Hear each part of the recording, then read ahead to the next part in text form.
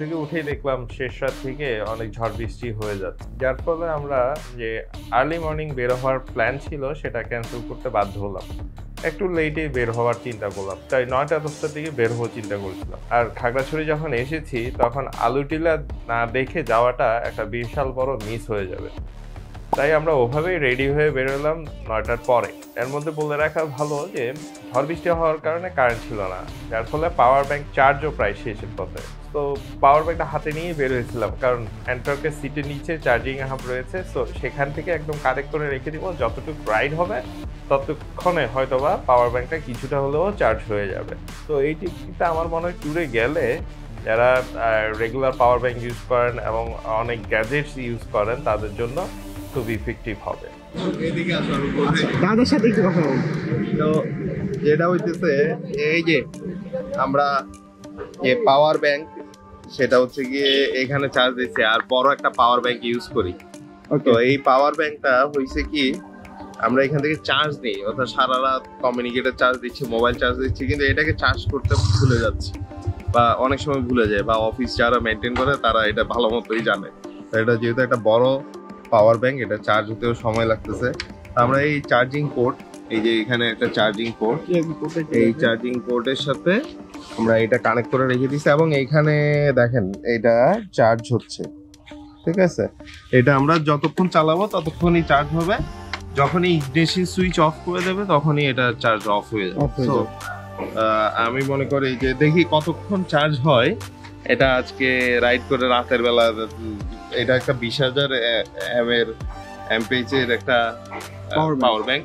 So এটা আমরা দেখি রাতে কতটুকু চার্জ দেখা যায়। সো আলুটিলার পথে একে তো ভেজা রাস্তা, তার উপর পিলিয়ে নিয়ে সেই খাড়া রাস্তা বেয়ে ওঠা ও নামা, তার একটা স্কুটার নিয়ে খুব টাফ জব। কারণ ব্রেক নিয়ে মনে একটা ভয় কাজ করে। এই স্কুটার, আমরা তো রেগুলার স্কুটার রাইডার না, তো একটা ভয় কাজ করছিল। বাট অ্যান্টর্কের ব্রেকে একটা ওভার কনফিডেন্স কাজ করছিল। একটা সিঙ্গেল ব্রেকে না, দুইটা ব্রেক যখন একসাথে প্রেস করা হচ্ছিল তখন মনে হচ্ছিল না এটা খুব ভালো ইফেক্টিভ ডাউন হিলে। সো আলুটিলা একটু ঘোরাঘুরি শেষ করে, ছবি তোলা শেষ করে আমরা মুভ করা শুরু করলাম কাপ্তাইয়ের দিকে। এখন অনেকে প্রশ্ন করবে কাপ্তাই কেন, আপনারা তো রাঙামাটি যাওয়ার কথা। তো আপনারা অনেকেই জানেন আহসান হাবিব আমাদের খুব পরিচিত মুখ কাপ্তাইয়ের, সে মারা গিয়েছে। তার মৃত্যুবার্ষিকী এবং মিলাদ মাহফিল ছিল সেই রাতে, এই ঝড় বৃষ্টির রাতেই। আমরা চাচ্ছিলাম যে কোনোভাবে মিস না করে রাঙ্গামাটি থেকে আবার যাতে কাপ্তাই আসতে না হয়, তাই আমরা কাপ্তাইতেই নাইট স্টে করার সিদ্ধান্ত নিয়েছিলাম।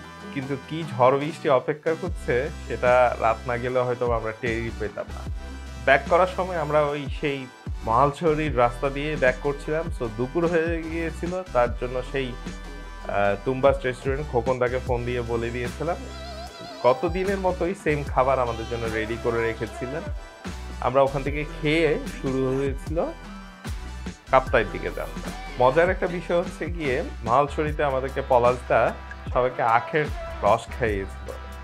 তারপর থেকে সবাই এই রাঙ্গামাটি পর্যন্ত, অর্থাৎ রাঙ্গামাটি যে লিঙ্ক রোড, চিটাগাং এবং রাঙ্গামাটির যে রোডটা গিয়ে মিলিত হয়েছে মহালছড়ি রোডটা, সেটা নাম হচ্ছে মানিকছড়ি।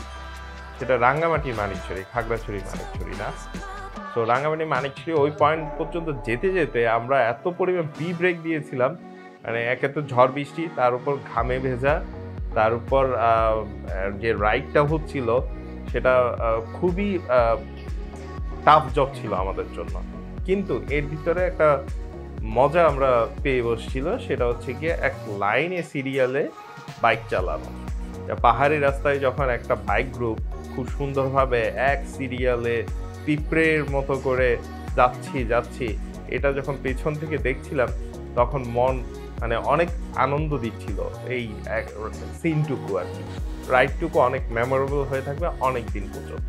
আর এই রাস্তাটাতে প্রচুর আপস অ্যান্ড ডাউনস হিল ছিল, প্লাস হচ্ছে গিয়ে রোডটা খুব ন্যারো ছিল এবং সাথে রাইডাররা কেউ কারোর জন্য ওয়েট করছিল না, তার জন্য একটা মোটামুটি ভালো স্পিড মেনটেন করতে হচ্ছিল। সো আমরা অন্যান্য বাইকগুলোর সাথে সমানতালে বাইক চালাতে পেরেছি, এটাই আমাদের কাছে অনেক আনন্দের ছিল। মানিকছড়ি পার হওয়ার সাথে সাথেই সন্ধ্যা নেমে আসলো। এখন এখানে দুটো জিনিস, এক প্রচণ্ড ঝড় এবং বৃষ্টি হচ্ছিল, কারণ চিত্রাং সেই মুহূর্তেই ওই জায়গাটুকুকে ক্রস করছিল, অর্থাৎ বাংলাদেশ ভূখণ্ড ক্রস করছিল। এখন সন্ধ্যা হয়ে গিয়েছিল, ঘাগরা হয়ে যখন আমরা কাপ্তাই রোডে ঢুকলাম তখন একদম ভর অন্ধকার, প্রচণ্ড বৃষ্টি, সামনে 20 জায়গাও হয়তো বা কভার হচ্ছিল না হেডলাইটের আলোতে। বাট আমরা তখন যে দুইটা জিনিস আমরা একে অপরকে ফলো করছিলাম, সেটা হচ্ছে কি টেল লাইট।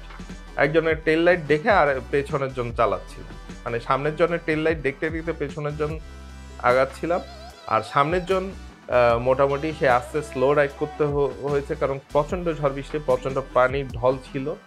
আর ঢলের মধ্যে বোঝা ছিল না কতটুকু গর্ত আছে বা রাস্তায় কোনো গর্ত আছে কিনা।